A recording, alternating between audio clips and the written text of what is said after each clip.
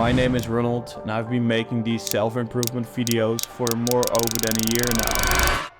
And what started as a 24-year-old insecure kid who was afraid to talk to the camera, 50,000 views later, these videos have become already a huge impact in my life. I want to share with you my biggest 5 lessons that I've learned in my early 20s. Maybe to inspire you to be the person who you really want to be. And explain how I went from a 17-year-old kid that didn't want to live anymore to a 25-year-old that is living up his purpose and dreams. So the first lesson I've learned in my early 20s is that happiness comes within. As I look back in my life, I was trying to get happiness from external factors such as going to a festival, using alcohol, using drugs, going out, having sex. And these were all things I thought will solve my unhappiness in life. So what I've noticed with doing those activities to provoke my happiness was that it gave me happiness in the short term. So the next day, when I was going out and I was drunk as fuck, I felt like fucking shit. I felt so bad that using that alcohol and going out and don't really have a limit was giving me more disadvantages that I had before. So the lesson I have learned when you want to have real happiness is that you first have to accept yourself and love yourself. If you can't really love yourself, how can you ever be happy? And I'm not talking about the short-term happiness, I'm talking about the real happiness.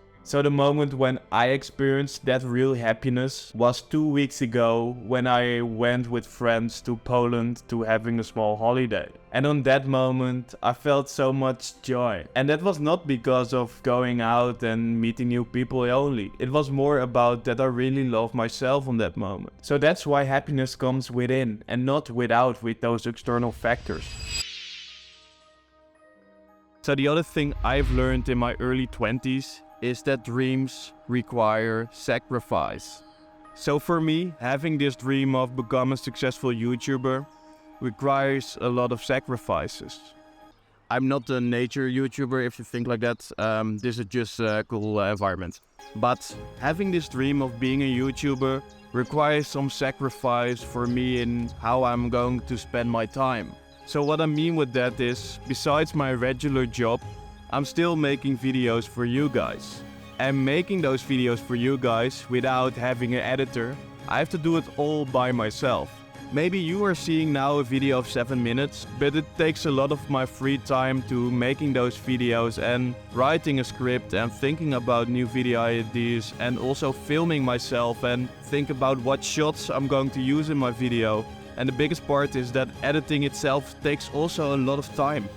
So sometimes when friends of me asking if I'm going out with them or going to a festival, sometimes I have to say no. And that is because sometimes those festivals and going out in the evening is not really aligned with my values and goals. Not the goal to make this dream come true. So what is exactly your dream? And what are the things you want to sacrifice to achieving that dream? So the next lesson I've learned in my early 20s is that showing your emotions as a man is a sign of strength, not weakness. When I'm thinking of my own teenage years, I had a rough time of showing really how I felt in that moment. Sure, people could see it when I was angry, but I was never really expressing them. Because in my perception, sharing your emotions and showing your emotions as a man is something weak, but to not show my emotions as a young man in my teenage years gave me a lot of disadvantages in my life. Because I never expressed my emotions and I was suppressing my emotions, I've become depressed because I didn't talk about my emotions, and the only thing what was limit me was my ego in front of me. But you are also a human being, right? And a man is also a human being. And human beings are emotional creatures. So why not show your emotions? I know it's hard and it sounds like something a man should not do. But in my experience, really talking about my emotions will definitely help you with your relationships, with the communication you have with your belongings, but also in your job position, in your ambitions, in the things you want to do. It really helps, because when you're showing the real you, there's nothing to hide.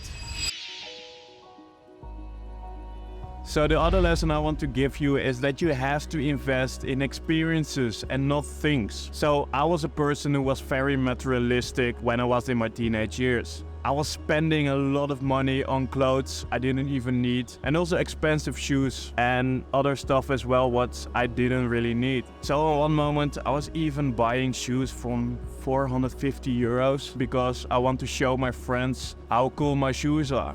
But now when I'm thinking back on those moments, it didn't really give me long-term happiness. Something what really gave me more happiness in spending my money was spending my money on experiences. So as an example, last year I went to Norway with some friends. We went to some awesome places with fjords, beautiful nature, mountains, and also very cool places like small cities and stuff like that. And these things, when I'm thinking back of it, it still gives me a lot of happiness and satisfaction. So invest in experiences can really give you some sense of fulfillment in life. So a lesson I've learned is that spending my money on experiences has way more value than spending my money on materialistic stuff, clothes, but also stuff you don't really need.